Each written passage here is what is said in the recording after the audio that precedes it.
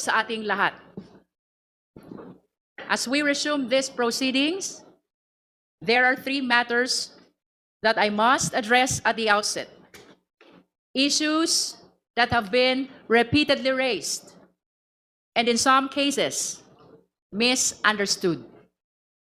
First, ang una kong babanggitin, this notion that we are already conducting a trial and therefore exceeding our jurisdiction. May mga nagsasabi na ang ginagawa daw natin dito ay isang trial. At dahil trial daw ito, hindi raw natin ito trabaho, kundi trabaho ng Senado. Let us clear the air once and for all. Malinaw ang pagkakaiba ng tungkulin ng Kamara at ng Senado. The House initiates, the Senate decides. I will repeat, the House initiates, the Senate decides. Under the Constitution, the House has the exclusive power to initiate all cases of impeachment.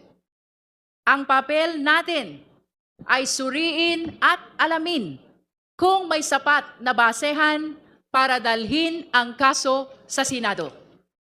The Senate, on the other hand, is the impeachment court.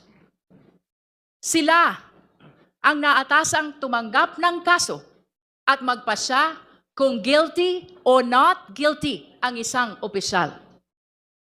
Ngayon, may kanya-kanya tayong proseso para magampanan ang ating tungkulin. Kung anuman ang tawag sa prosesong ito, hearing, inquiry, evaluation, o kahit ano pa, hindi iyon ang mahalaga. Ang mahalaga, malinaw ang tungkulin at malinaw ang resulta. Sa atin dito sa Kamara, to initiate cases of impeachment. Sa kanila sa Senado, to try and decide all cases of impeachment. Wala pong agawan ng kapangyarihan. So let me be very clear. Ang ginagawa natin dito ay hindi trial. Ang tanong lang natin, may sapat bang batayan para umusad ang proseso? This is merely the beginning, not the end of accountability mechanism. This committee, therefore, is not overstepping. We are not improvising. We are not experimenting. We are simply following the rules. Our rules grounded in the Constitution. Hindi ito fishing expedition. Hindi ito bahala na si Batman. Hindi tayo nangangapa. Alam natin ang hinahanap natin. Kung may probable cause ba o wala. At malinaw sa atin, hindi natin inaagaw ang kapangyarihan ng Senado na magpasya kung guilty o not guilty ang opisyal. At ano ang gumagabay sa atin? Hindi lamang batas, kundi ang tiwala ng taong bayan. Hindi lamang teknikalidad, kundi pananagutan. Esteemed colleagues, beloved countrymen, kung puro legal na usapin lamang ito, sa Korte Suprema sana ibinigay ang kapangyarihang ito. Esteemed colleagues, beloved countrymen, kung teknikalidad ang importante, sa husgado sana ibinigay ang kapangyarihang ito. Pero hindi. Ibinigay ito sa Kamara. Ibinigay ito sa atin dahil tayo ang kinatawan ng sambayanang Pilipino. As I said earlier, we have the exclusive power to impeach. At ang ibig sabihin ng exclusive ay malinaw. Sa Kamara, nagsisimula ang impeachment process. Sa atin ang unang galaw. Sa atin ang direksyon. At gaya ng sabi ng mga kabataan, hawak natin ang beat. Hawak natin ang beat. At sa kapangyarihang ito, pananagutan sa taong bayan ang dapat manaig. No other consideration must prevail except what is best for the country. Second, ito yung pangalawa na kailangan kong banggitin. There is this claim that the country has so many other problems and that this is a distraction. Tama naman. Marami tayong kinakaharap. Sobra. Mahal na gasolina at bilihin. Mababang sahod. Kakulangan sa serbisyo. At ang tila walang katapusang korupsyon. But let me ask, does the existence of many problems mean we should ignore one specific problem? The committee can perform its duty while government continues to function. Multitasking ang ating gobyerno. At higit sa lahat, sa pagkakaroon ng problema, hindi dahilan para umiwas. Hindi dahilan para hindi sumagot. Mas makabubuti pa nga na harapin na ito ngayon kaysa patagalin pa. Kung may sagot, ilabas na. Kung may paliwanag, ibigay na. Tandaan natin, may mga akusasyon dito na hindi naman bago. Last year pa ito. Ngunit ano ang ginawa ng Vice-Presidente? Umiwas. Nagtago sa mga teknikalidad. Ang sabi nga, not just once, but twice. If we repeat this cycle, iwas, teknikalidad, sino ang makapagsasabi na hindi na naman tayo babalik dito sa susunod na taon? Kaya ngayon, sagutin na, linawin na, tapusin na. At kapag nasagot, lahat tayo ay malilinawan. Because hearings like this work both ways. We can proceed, but remember, we can also dismiss. After we go through this process, and after we review the evidence, we will be asking ourselves, may probable cause ba o wala? Pwede nating ituloy, pero pwede rin nating ibasura. Kaya kung may katotohanang magpapawalang sala, mas lalong dapat itong marinig. Marami tayong problema. Totoo yan. Kaya kailangan itong harapin para umusad, para mabawasan, para matapos. Dahil ang problemang iniiwasan at tinatalikuran, lalong lumalaki. Para sugat na ayaw linisin, habang pinapatagal, lalong lumalala. Third, at ito yung panghuli na kailangan kong banggitin. We recognize that there are petitions now pending before the Honorable Supreme Court intended to stop these proceedings. Yes, there are petitions in the Honorable Supreme Court. One, filed by a group led by the lawyer of Pastor Kibuloy. Ang nagsasabing siya raw ang appointed son of God. Kung kaya nitong pigilan ang lindol, kaya rin ba nitong pigilan ang mandato ng konstitusyon? The second one, filed by the Vice President herself, as usual, represented by several lawyers, lampas 10 abogado. And the third one, filed by several individuals, mostly lawyers. Ang dami-dami namang abogado questioning the very core of our rules. And just yesterday, we received the fourth one. It was filed by Carpio and lawyers with the Regional Trial Court of Quezon City. Esteemed colleagues, beloved countrymen, total of 4 petitions na ang layon ay patigilin ang pagdinig na ito. Ang palagi nating sinasabi, public office is a public trust. Indeed, easier said than done. Ngunit, sa pagkahaba-haba ng mga ito, ng 4 na petitions na ito, let me tell you, wala ni isa na sumagot sa mga importanteng akusasyon laban sa Vice Presidente. Puro technicalities lamang ang tinalakay.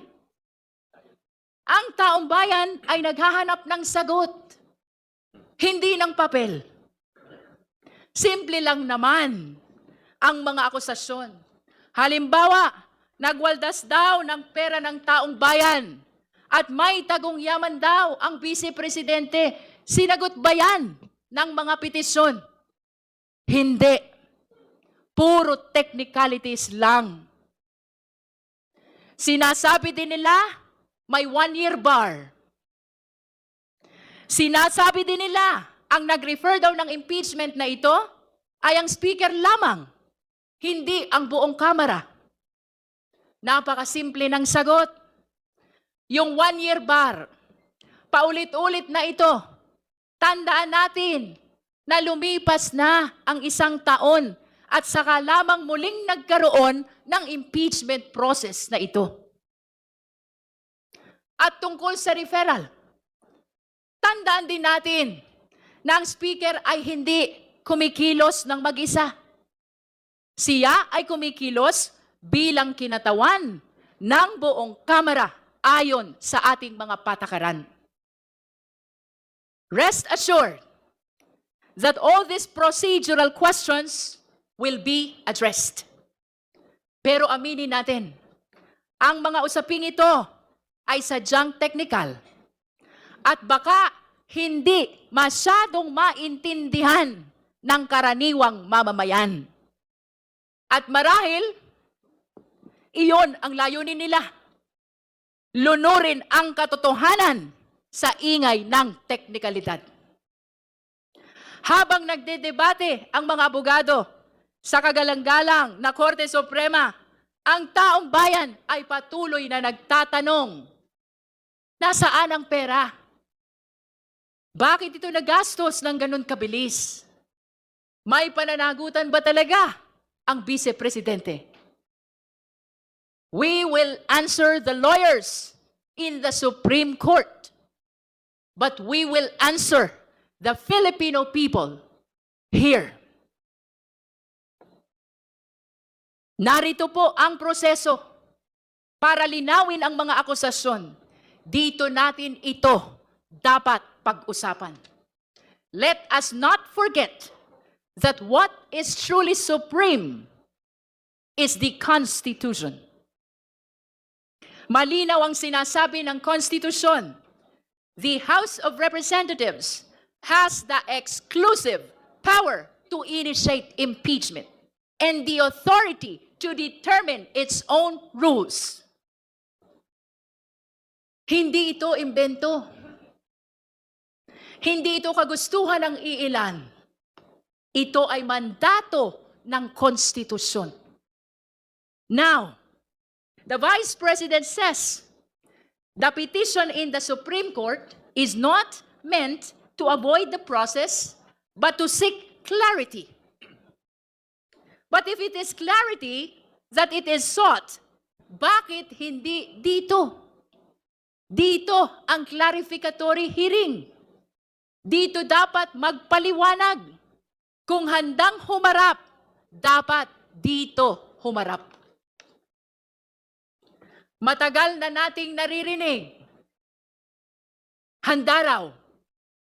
Handa saan? Sa press statement? Sa social media?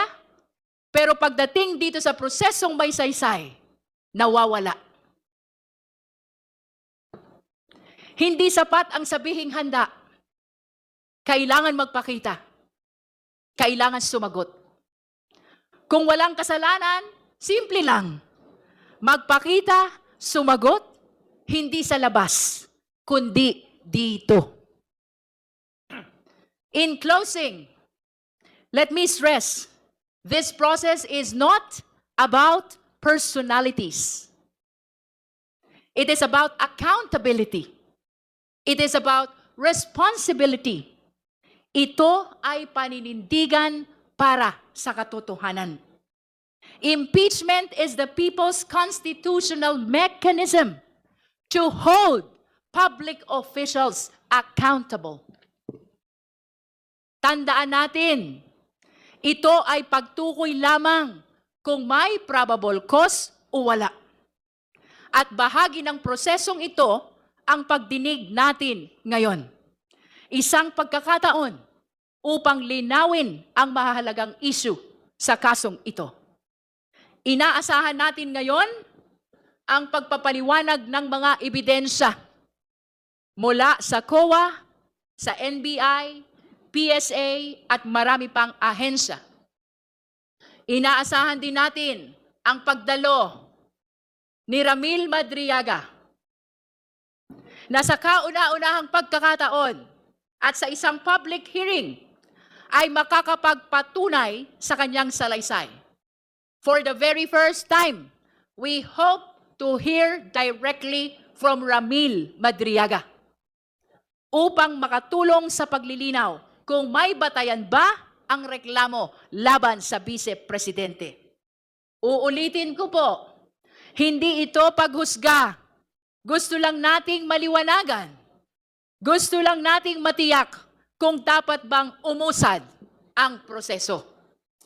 Our duty is not to pass final judgment, but to clarify and in the process to seek the truth. Truth is rarely simple, and it is never convenient. We do not pause our search for it simply because, first, there are some procedural questions.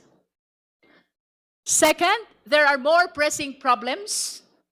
And third, there are petitions before the Supreme Court. No, we will not pause to that. Guided by the Constitution and the will of the people, truth must be pursued regardless.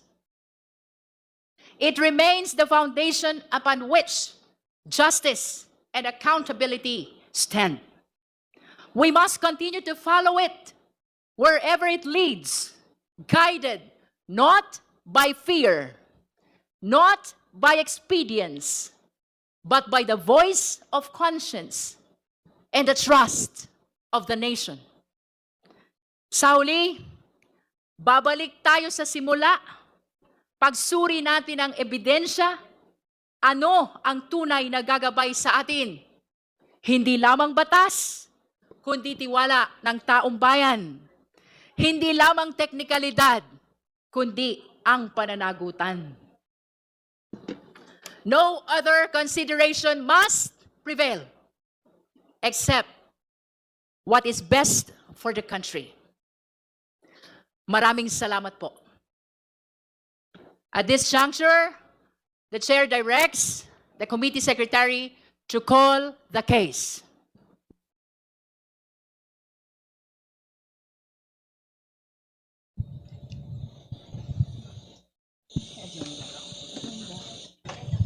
Hearing on the impeachment complaints against Vice President Sara C. Duterte, filed by Reverend Father Joel Saballa et al. And endorsed by Congressman Laila de Lima, and filed by Attorney Nathaniel G. Cabrera and endorsed by Representatives Bienvenido Abante and Francisco Paulo Ortega V. Thank you, COMSEC. At this point, we would like to recognize the Honorable